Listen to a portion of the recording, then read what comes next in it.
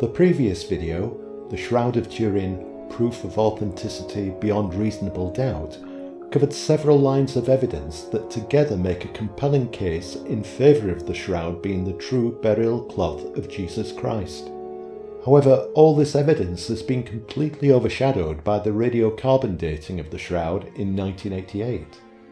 This single scientific test achieved more publicity than all the other research combined, and to the dismay of Christians around the world, the test concluded that the cloth dated from the period 1260 AD to 1390 AD. Professor Hall of Oxford University, who announced the result, made his views very clear, saying, "There was a multi-million-pound business in making forgeries during the 14th century. Someone just got a bit of linen, faked it up, and flogged it." This test was a defining moment in the debate over the shroud's authenticity, but concerns quickly grew amongst some scientists. There were claims that the radiocarbon dating project had fallen short of acceptable scientific standards in almost every part of the process, including initial planning, removal of the sample, running the radiocarbon tests, and result analysis and reporting. Indeed, art historian Thomas de Wesselo would later state that the carbon dating of the shroud will probably go down in history as one of the greatest fiascos in the history of science. On the face of it, this is an outrageous claim, but I'll cover some of the concerns raised by this test shortly, so you can decide whether this harsh assessment was justified. In the meantime, in case you don't know how radiocarbon dating works, here's a short explanation. Most carbon atoms have a nucleus containing 6 protons and 6 neutrons, which adds up to 12 particles, and so scientists refer to it as carbon-12. High in the atmosphere, cosmic rays from the sun are constantly colliding with molecules, knocking protons off some atoms and neutrons off others. When one of these neutrons strikes a nitrogen atom, which has 7 protons and 7 neutrons, it can dislodge a proton to create a carbon atom with 6 protons and 8 neutrons. This adds up to 14 particles, so it's referred to as carbon-14. Carbon-14 behaves just like a carbon-12 atom. For example, it can combine with oxygen to form carbon dioxide, but it has one key difference: it's unstable. Every 5,730 years, half of these atoms decay to form nitrogen. After another 5,730 years, half the remaining carbon-14 atoms will have also decayed, and so on. Carbon is present in the cells of every living thing, and all plants, including flax, which was used to make the linen for the shroud, get their carbon from the atmosphere by absorbing carbon dioxide. When flax is harvested to be made into linen, it stops absorbing carbon dioxide, and so the number of carbon-14 atoms gradually reduces through decay, whilst the number of stable carbon-12 atoms stays the same. Radiocarbon laboratories are able to count the relative numbers of carbon-14 and carbon-12 atoms using highly complex and sensitive equipment, and this is how they work out the age of historical items such as an ancient piece of cloth. So let's return to the 1988 radiocarbon test of the shroud. This test was in fact first proposed 4 years earlier by the Shroud of Turin research project team, commonly abbreviated to STURP, whose scientists had already studied the shroud in great detail in 1978. They submitted a proposal to the Vatican requesting 26 new tests on the shroud, one of which was a radiocarbon dating test. The proposal was approved by Cardinal Ratzinger, who later became Pope Benedict XVI. And in the months that followed, several planning meetings took place. These involved representatives from the Vatican, as well as experts from various fields including archaeology and textiles, scientists from the Shroud of Turin project, and several radiocarbon dating laboratories. They agreed a protocol for conducting the radiocarbon test which included the following key principles. 7 laboratories would be involved. 2 different methods of carbon dating would be used, a widely used and proven technique and a new method which was less well established but had the advantage of needing much smaller samples. The tests would be supervised and coordinated by Dr. Michael Tite of the British Museum. Shroud samples would be taken from at least 3 different areas of the cloth. The Shroud of Turin project scientists, who had previously studied the shroud in detail, would select and cut the sample. Each of the laboratories would test fragments of the shroud plus 2 control samples. The test supervisor would know the age of these control samples, and so by getting the laboratories to test these alongside the shroud fragments, he could check the accuracy of the dating process being used in each laboratory. A blind test approach would be adopted. The samples to be dated would be indistinguishable from each other, so that the laboratories running the tests wouldn't know which was the shroud and which were the controls. The laboratories would maintain strict secrecy, informing no one of the results except those authorised by the British Museum. And the laboratories would conduct tests concurrently and without exchanging information. 3 institutions, the British Museum, the Meteorological Institute of Turin, and the Pontifical Academy of Sciences, would statistically analyse the experimental results, and finally, after the results had been analysed, these organisations will meet with the radiocarbon labs to agree the final result for communication to the Vatican. They may have reached agreement on these protocols, but this wasn't a harmonious group. The radiocarbon team seemed to regard any other scientific test as irrelevant and was seen by the other scientists as being motivated mainly by the publicity and funding opportunities that dating this renowned cloth would bring to their laboratories. The radiocarbon scientists were also suspicious of the Shroud of Turin project scientists, who they saw as religious zealots, perhaps due to their previous work on the shroud having pointed towards its authenticity. Indeed, Harry Gove, the radiocarbon group's unofficial spokesman, was determined to exclude them completely, claiming that, almost without exception, they were people who honestly believe it's Christ's shroud. It's a well-known fact that scientists can produce whatever result they want. If you believe that passionately in something, you can steer the results. My God, we've all been guilty of that. Now that's quite an admission. After some persistent and effective lobbying, Harry Gove and his colleagues got their way. The only test to be taken forward was the radiocarbon test, and in addition to dropping the other studies proposed by the Shroud of Turin project team, it was decided that they wouldn't even be involved in choosing or removing the test samples. A strange decision, given that these very scientists were uniquely qualified for this role, having studied every inch of the shroud in detail. Very quickly, other key aspects of the agreed test protocol fell by the wayside. Vatican officials decided to allow only one area to be sampled, despite warnings from the radiocarbon scientists and archaeologists that a minimum of 3 areas must be sampled if the result is to be trusted. Then in May 1987 came the announcement that only 3 laboratories, those based in Arizona, Oxford and Zurich, would perform the test, all using the newer and less established method of carbon dating. To the disappointment and anger of Harry Gove, his Rochester laboratory was one of the 4 which would no longer be involved.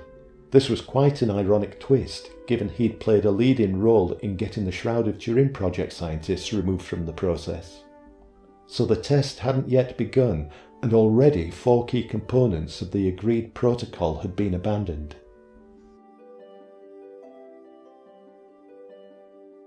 The process of taking the sample from the shroud created even more controversy.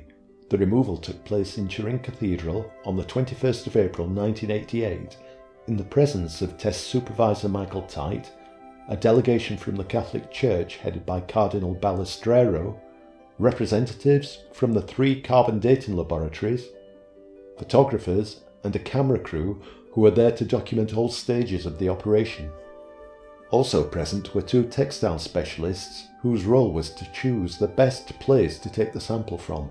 But their credibility as experts was tainted somewhat when one of them pointed to the blood stain caused by the wound in the side and asked, What's that large brown patch?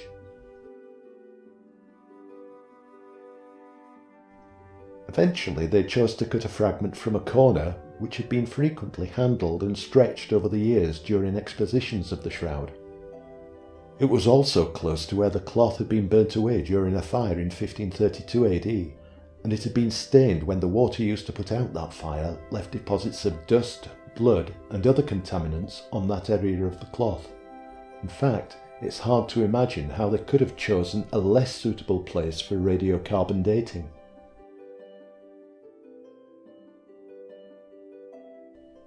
Three pieces of the removed fragment, one for each laboratory, were then cut out and weighed, but as one was smaller than the other two, an extra piece was shaved off to ensure that each laboratory received about 50 milligrams of material. The leftover piece was retained and kept in reserve. 3 fragments were also cut from each of the control samples, but these had an orthogonal weave pattern that was very different to the herringbone pattern of the shroud sample. Rather than unravel them all so that no one running the test was aware of this distinction, these fabrics were left whole, making it easy to distinguish the shroud sample from the controls. This meant that the protocol requiring blind test procedures had effectively been abandoned. Cardinal Balestrero, his scientific advisor Professor Luigi Ganella, and Michael Tite then moved into an adjacent room where the shroud fragments and the control samples brought by Tite were wrapped in foil and placed in specially prepared and numbered metal cylinders, which were to be given to each of the 3 laboratories. Although it had been agreed in a meeting earlier that year that they would film all aspects of the sampling operation, this critical part of the process was not filmed, which meant that there was no video record to verify which samples had been placed into each container. And there was another surprise when a 3rd control sample that wasn't part of the agreed plan was suddenly and inexplicably introduced by Tite. He'd made his own arrangement for some threads from the 13th century cope of Saint Louis of Anjou to be dated by the 3 laboratories alongside their other tests. No one else had been expecting this late intervention, and so no cylinders had been prepared. Instead, these were placed into 3 envelopes. The absence of a video record showing the samples being placed into the cylinders, combined with this last-minute unplanned introduction of a fabric whose date just happened to coincide with the eventual result of the shroud dating, left the test wide open to claims that the shroud sample had been switched. Now this almost certainly didn't happen, but it is hard to explain why yet another protocol was ignored and why they didn't allow filming of the samples being placed into cylinders. Finally, the shroud samples plus the control samples were handed to the representatives of the laboratories. However, the receipt that they were asked to sign showed the dates of the control samples. Now, the main reason for having these control samples was to check that the laboratories were given accurate results. By letting them know in advance how old they were, they had effectively undermined the value of these tests. Attention now turned to the laboratories where the testing was to take place. Before beginning their tests, they reweighed the samples they had been given. The shroud fragment given to Zurich weighed 52.8 milligrams, which matched one of the weights seen in Turin, but Oxford's fragment weighed 50 milligrams, which didn't match any. And there was even more confusion in Arizona, which received the 2-piece sample that had weighed 53.7 milligrams in Turin. However, when they reweighed it, it was only 52.8 milligrams, not 53.7, and the label on the cylinder showed an entirely different weight, 53.8 milligrams. It didn't bode well that the team responsible for the most high-profile radiocarbon dating project ever undertaken couldn't reliably track the sample weights. And of course, these weight discrepancies further reinforced the suspicions of anyone who believed that the samples may have been switched. As we've seen, the heads of these laboratories had agreed to run the tests simultaneously and had committed to maintain a strict code of secrecy to avoid any leaking of the results, not even sharing information about the tests between them. Indeed, the test results were not to be revealed to anyone apart from Dr. Michael Tite of the British Museum and the Colinetti Institute of Turin for statistical analysis. The laboratories initially seemed to be holding firm to this commitment. They certainly turned down requests from the Vatican, the owners of the shroud, to allow a church representative to observe one of the tests. But not everyone was turned away. During the month of May, Harry Gove was able to persuade the Arizona laboratory to allow him to attend their tests on condition that he signed an agreement that he would not mention the results to anyone. The Zurich laboratory went even further, and during June, they opened their doors to an entire BBC crew who wanted to film the process for a TV documentary.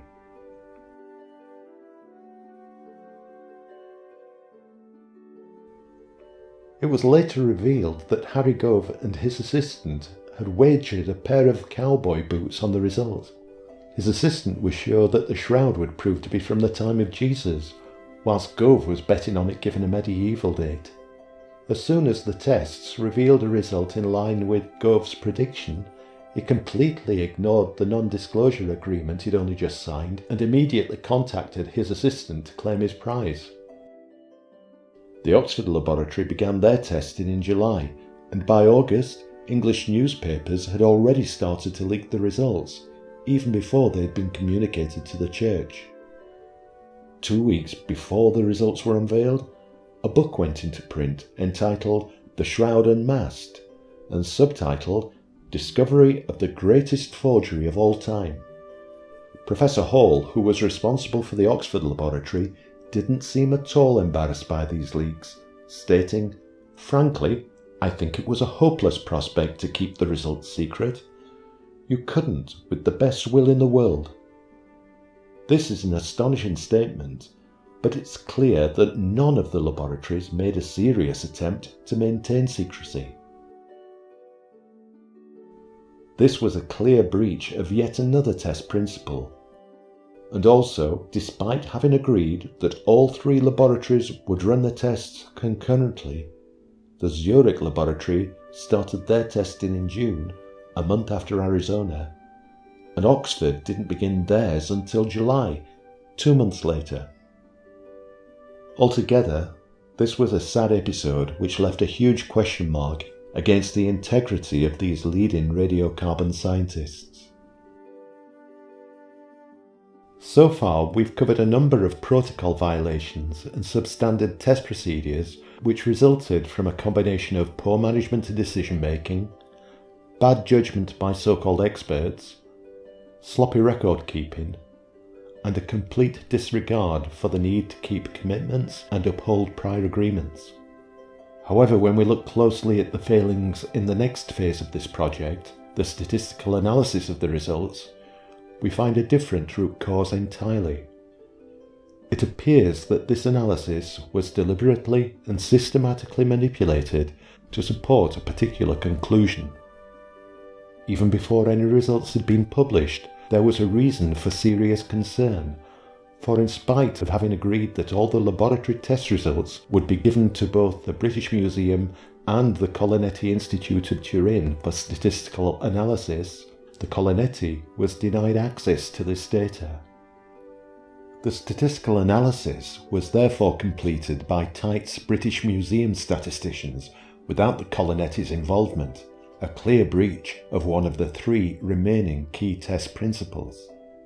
This unease became more widespread once the official test report was finally published in February 1989. But before we look at the reasons for this growing concern, here's a brief overview of how test results such as these are typically analysed and presented. When making simple measurements, such as finding the height of a door, we would expect any good tape measure to give exactly the same result every time. If, however, we wanted to find the age of an ancient door by carbon dating small fragments of its wood, this is a much more complex measurement which doesn't give the same level of precision. And so when we repeat that test again and again, rather than getting the same measurement every time, we expect to see different values, hopefully within close range of each other. Statistical analysis is a science which allows researchers to make sense of scattered values by mathematically combining them. It can therefore help to make sense of radiocarbon dating test results, but what it can't do is give an exact, definitive age. It can, however, find the most likely or mean age, along with a margin of error. This can be shown visually as a bell-shaped curve, which scientists call a probability distribution. The value which corresponds with the peak of the curve is the most likely age, and as the curve gets lower, the corresponding age values become less likely. If all the measurements are closely grouped, the resulting curve is high and narrow, reflecting a tight range of possible values. But if the measurements are widely scattered, it flattens out and becomes wider, indicating less certainty in the result. Now, for the Turin Shroud radiocarbon dating project, each of the 3 laboratories performed multiple measurements on 4 different fabrics, the 3 control samples and the shroud fragments. These were published in the final test report. Now let's look at the bell curves for these results, starting with the 3 control samples. The important thing to notice is that these curves have a large degree of overlap, which indicates that their measurements agree. The results were also close to the known age of each of these samples, an outcome which would have been even more impressive if they hadn't already been given these details before running their tests. Now look at the results for the shroud. We know that they would eventually announce that the shroud was medieval in origin, dating to 1260 to 1390 AD, but when you look at the 3 curves, they don't overlap to the same extent. Indeed, if we take away the Zurich test, we can see very little overlap at all between the Oxford and the Arizona curves. In fact, you could assume they were testing different cloths entirely if you didn't already know they came from the same source. Now it's worth comparing each laboratory's results with where the fragments tested came from. The age given by the Arizona test was lower than the Zurich result, and Oxford had the oldest result of the 3.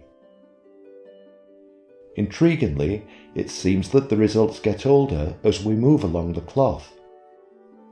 The statistical analysis of these results also appeared to indicate that the ages of the shroud samples tested were not the same.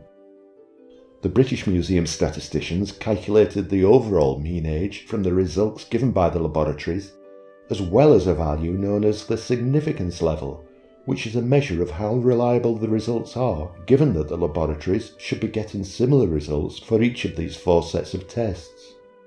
A high significance level value is a good sign, but low values indicate that we should have less confidence in the outcome. For the 3 control samples, this value is quite high, but when we look at the shroud result, we see it's only 5%. In other words, we see there was only a 5% chance, a small 1 in 20 chance, that the results are reliable. Now it's very interesting that they achieved a significance level of 5%, because any value below that would cause most statisticians to automatically reject these tests, as they wouldn't feel that they could trust the results. Clearly the dating of the shroud only just avoided this outcome, but in spite of this close shave, Michael Tite and his team concluded that these tests had successfully established the age of the shroud. In other words, they chose to back a conclusion that according to their own statistics had only a 1 in 20 chance of being correct. This seems an extraordinary decision to have taken, until we remember that for the radiocarbon laboratories, this prestigious project was an opportunity to raise their profile and potentially attract more funding. Clearly that opportunity would have been lost if they'd reported a failure to obtain an acceptable result.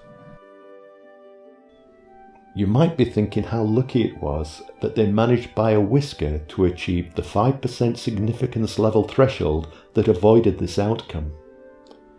Well, it turns out luck had nothing to do with it. It's possible to recalculate the significance level for the shroud from the published results from the 3 laboratories. When we do this, we find the correct figure to be 4.176%, below the significance level of 5%, but this number was rounded up to 5. Now, you don't need to be a graduate in statistics to know that this number should have been rounded to 4, not 5. Indeed, children in UK primary schools are taught how to round numbers. In a list of numbers such as this one, any number that is greater than 4.5 rounds up to 5, and anything less than 4.5 rounds down to 4. Now, such a basic error can't have been a mistake. After all, the Shroud of Turin test report was signed off by 21 scientists representing the British Museum and the radiocarbon laboratories, so it's hard to avoid the suspicion that they wanted to cover up the fact that the tests failed to achieve the critical 5% significance level threshold. Close inspection of the published test report revealed another mistake which falsely inflated this value. The 3 laboratories each ran several tests of the shroud fabric, and these results were combined to give the age and margin of error results reported by each of the laboratories. These individual test results were shown in the report, so it's possible to redo the calculations to check the laboratories had reported their results correctly. This check confirmed the Oxford and Zurich results, but revealed that the margin of error on the Arizona date was wrong. It should be much smaller. No explanation was given for this apparently incorrect value, and this troubled many scientists, especially when their requests to see the actual test data obtained by the laboratories were repeatedly refused. A Belgian chemist named Remy van Helst was persistent in trying to get to the bottom of this discrepancy, and in 1997, some 8 years after the radiocarbon test report had been published, he discovered that Arizona had actually provided 8 radiocarbon test results for the shroud, not 4 as claimed in the published test report. Dr. Morwen Lees, the lead British Museum statistician, had written to Arizona asking them to reduce the 8 results to 4 by merging 4 different pairs of values. There was no mention at all of this merging of results in the published test report, which clearly stated that Arizona had provided only 4 results, something that we now know was completely untrue. So now that we have these 8 test values, we can recalculate what the overall result for the Arizona laboratory should have been, and it now shows an age of 645 years with an error of plus or minus 17 years. This is a much lower margin of error and reduces the spread of possible values for the Arizona test, making it appear even less likely that their fragment was the same age as the one dated in Oxford. It also changes the significance level value, and instead of being 4.176, it's now 1.359%, way below the 5% threshold needed to allow this to be considered an acceptable set of tests. This discovery of previously hidden test results led to demands that the British Museum release all the raw data given to them by the laboratories.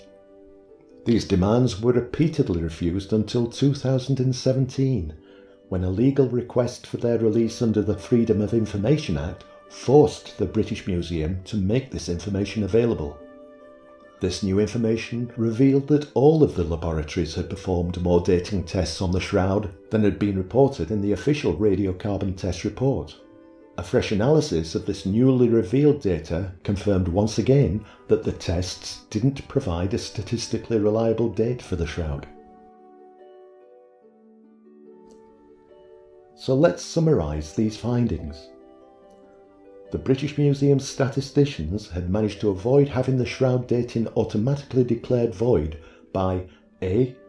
Not disclosing the true test results, B. Falsely inflating the margin of error in the date given by Arizona, and C. Rounding the already distorted significance level value from 4.176 up to 5 instead of down to 4.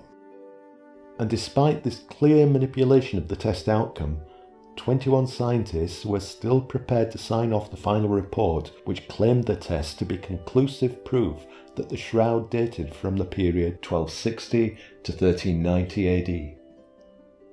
This is quite a shocking deception, but it's worth remembering the statement made by Harry Gove. It's a well-known fact that scientists can produce whatever result they want. If you believe that passionately in something, you can steer the results. My God, we've all been guilty of that. Now, Harry Gove might dismiss this kind of behaviour as steering the results, but if accountants are found to use similar tactics when preparing corporate financial statements, they're usually charged with criminal fraud. As we've seen, there were clearly major flaws at every stage of the Shroud dating project, and especially in the way in which the results have been interpreted. It's no surprise that Thomas de Wesselo felt justified in describing it as one of the greatest fiascos in the history of science. Indeed, you might think his assessment was too generous. The radiocarbon test was, however, extremely successful in one respect. The announcement of the result on the 13th of October 1988 was a huge media event, and the claim that the shroud had been definitively proven to be a medieval forgery spread quickly around the world. Today, most people accept that claim, unaware that the test itself was deeply controversial, or that a host of other scientific evidence shows it to be wrong. And as far as the Oxford laboratory was concerned, this publicity led to the material rewards that they had hoped for. Shortly after the publication of the test report, they received £100,000 from ITV, a UK media organisation, and a donation of £1 million from 45 businessmen. This funding ensured that the laboratory would continue its work after the retirement of Professor Hall in 1989. And as if this project hadn't yet attracted enough controversy, the person chosen to replace Professor Hall? None other than Dr. Michael Tite.